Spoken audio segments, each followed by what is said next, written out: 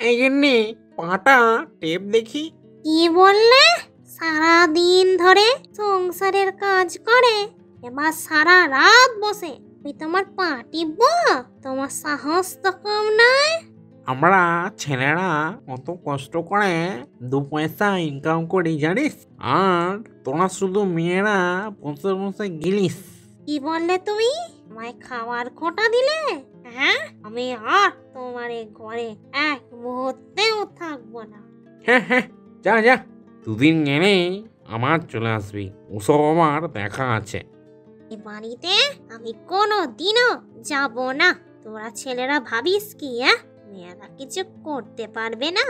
কি হলো রে নাইনি, এত রাতে গজ গজ করতে করতে কোথায় যাচ্ছিস? কর্তার সঙ্গে ঝগড়া করে বাড়ি ছেড়ে চলে এসেছি। তুমি কি করছো এখানে? ও, আমারও সেম কেস রে।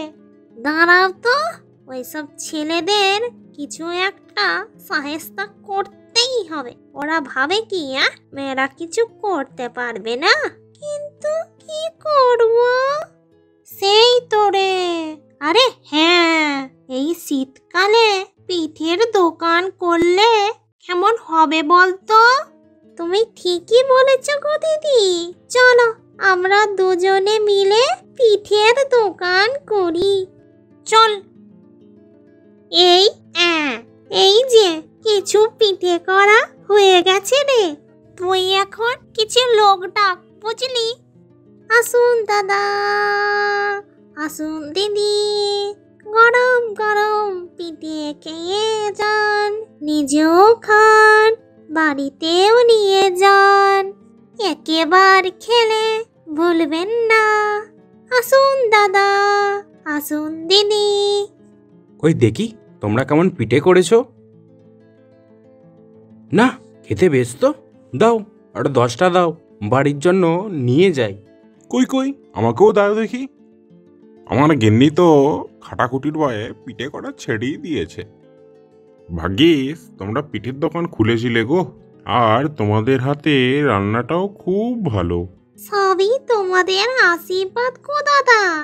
আপনারা আশীর্বাদ করুন, আমরা যেন আরো উন্নতি করতে পারি। হি হি হি। ওহ, কি খিদে পাচ্ছে রে বাবা, কতদিন জল খেয়ে পড়ে আছি। এভাবে চলতে থাকলে আমি আর বেশি দিন বাঁচবো না। কেন যে ওর সাথে ঝগড়া করতে গেলাম? আমি তো রান্না করেও খেতে পারি না। সত্যি তো, মেয়েরা ছাড়া এ সংসার অচল।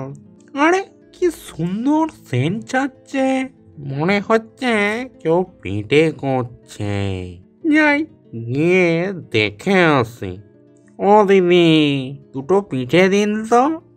কি এমনি তুমি? হ্যাঁ আমি। তুমি কি ভেবেছিলে আমি কিছু করতে পারবো না জীবনে? গিন্নি গো গিন্নি, গিন্নি ভুল হয়ে গেছে, এবারের মতো ক্ষমা করে দে প্লিজ। আর কখনো তোকে আমার পা টিপতে বলবো না। তুই যদি বলিস এরপর থেকে আমি তোর পা টিপে দেব। লক্ষ্মীটি বাড়ি চ, তুই বললে এখনই আমি কান ধরে উঠবোস করছি। থাক থাক, অত আর অ্যাক্টিং করতে হবে না। না রে সত্যি, তুই চলে যাওয়ার পর থেকে আমি কিচ্ছুটি দাঁতে কাটিনি। তোর শোকে আমি পুরো পাগল হয়ে গেছি। দেখ থাকো, ও থাকো, ও আমার শাকচুন্নি, বাড়ি ফিরে চলো। তোকে আর আমি কোনোদিনও বকবো না রে। সব থেকে বড় মাংসের পিসটা আমি তোকেই দেবো। এবার থেকে সব মাংসটা তুই খাবি, আমি নাই মাংসের হাড়টাই খাবো, বুঝলি? দেখ কতদিন ধরে আমি কিছুই খাইনি, পেটটা কেমন আমার শুকিয়ে কাঠ হয়ে গেছে। দেখ। ঠিক আছে, আমরা এবারের মতো বাড়ি ফিরে যাচ্ছি, কিন্তু আবার কিছু গোলমাল করিস দেখবি আমরা বাড়ি ছেড়ে চলে যাব কিন্তু। না রে, আর হবে না। তবে স্বীকার করলি তো আমরা মেয়েরা ছাড়া এ সংসার অচল, কি তাই না?